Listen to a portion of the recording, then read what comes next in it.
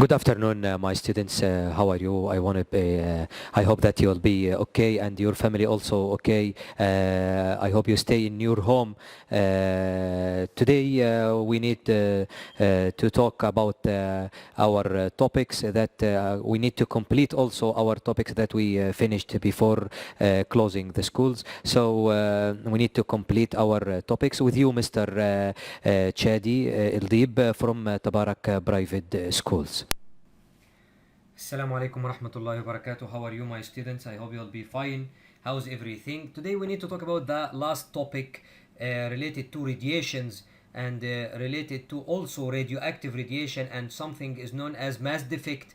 And beside that, we have also two types of nuclear reaction. So today is a full fat of information. So please concentrate with me today. How can we explain this part? Okay, now let's talk about that radiations. In nuclear physics, we have three types of radiation. What are these? Number one is known as alpha, one is known, the second one beta, third one is gamma. What's alpha? Alpha is helium nuclei, He24, and beta, it's electron, negative electron, E negative 1, 0.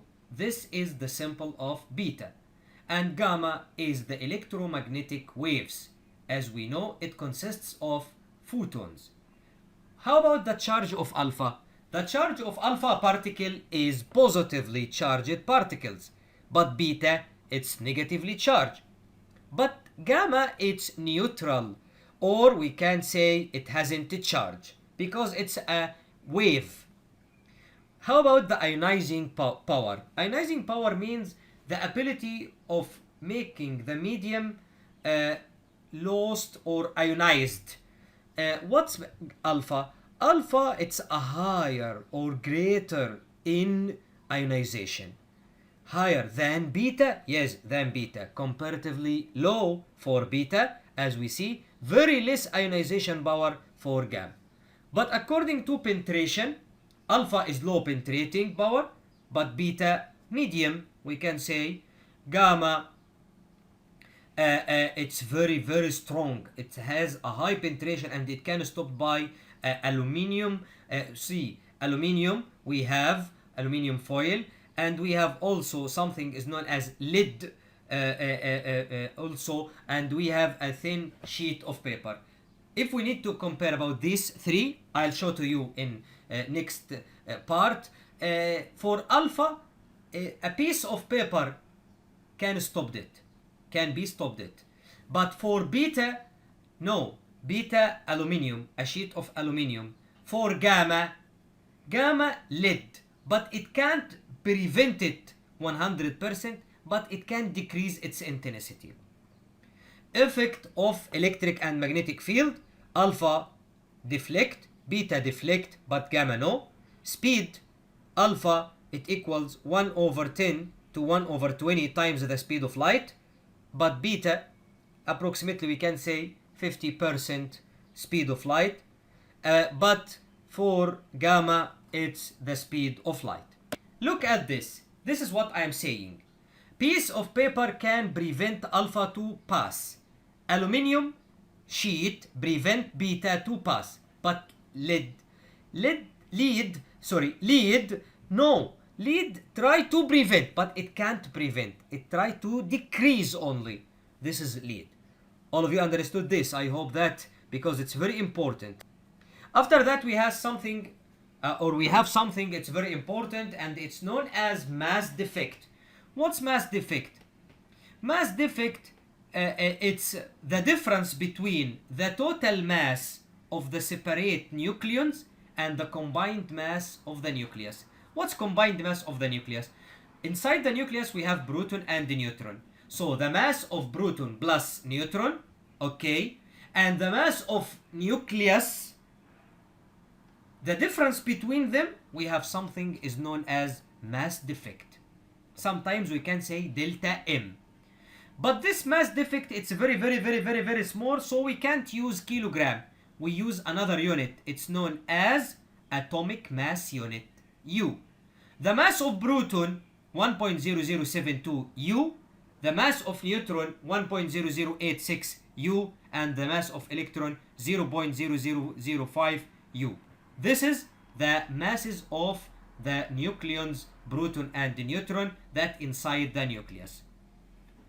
Okay, now for example, calculate the mass defect of carbon C614. The measured mass of carbon 14.0032. This is the total mass of the nucleus, or the mass of the nucleus.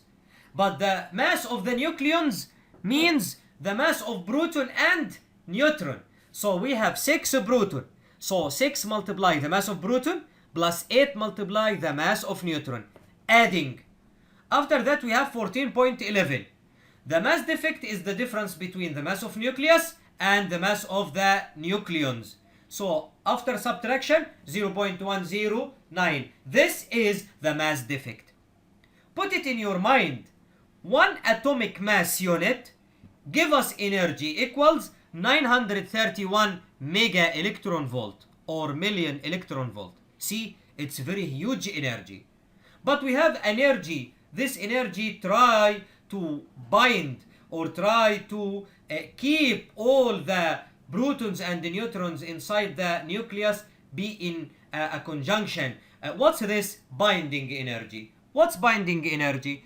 The energy equivalent of the mass defect of nucleus, or it's the energy required to separate to infinity all the nucleons of the nucleus. If we need to separate proton and the neutron from the nucleus, what we have to do? We have to overcome something is known as binding energy. Binding energy. What's the symbol of binding energy? EB.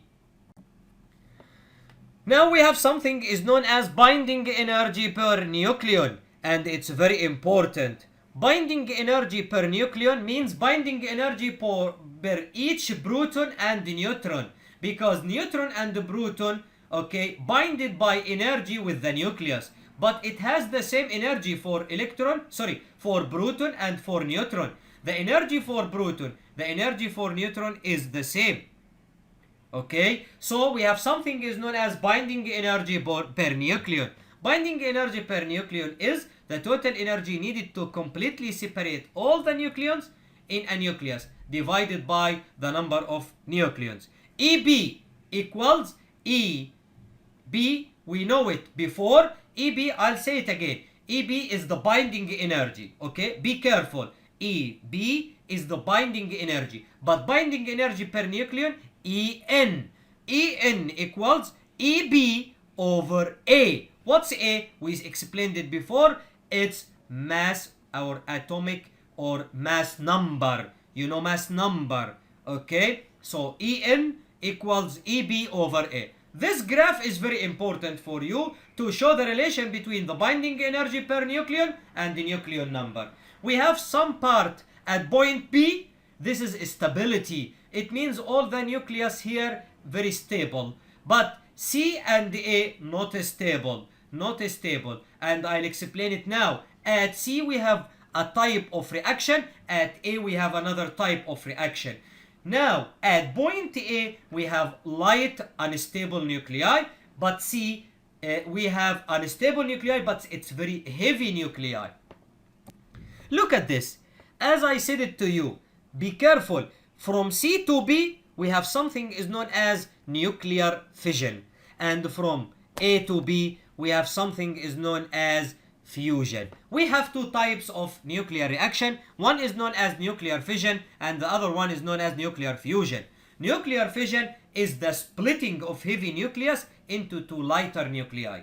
But nuclear fusion occurs when two light nuclei combine to form a nucleus of greater mass. Firstly, we talked about something is known as atomic mass, mass number, all of these values, and we have something is known as isotopes. And I said it before that isotopes, it's unstable nuclei. Today we need to talk about something very important and related to this, is known as half-life. What's half-life? Half-life is the time taken for the number of undecayed nuclei to be reduced to half of its original number. If we have 500 nuclei, after a limit time, this 500 will be 250. This limit time is constant for each unstable nuclei. Each unstable nuclei has a limit time. When this time pass, the number of nuclei decayed into half. So 500 becomes 250. This is half-life, T half. From 250, it decays to 125. This is the second half-life. For a radioactive decay, the decay constant lambda is the probability per unit time of the decay of the nucleus. Thank you for your listening, and also thank you for your caring for what we explained, and thanks also for the chairman of our school, Mr. Yunus Rahbi, because he did everything related to make this process very cooperative, related to new technology in education and how to process this technology to reach all information to the students. So thank you, and don't forget that the homework also uploaded in Moodle in the website of our school.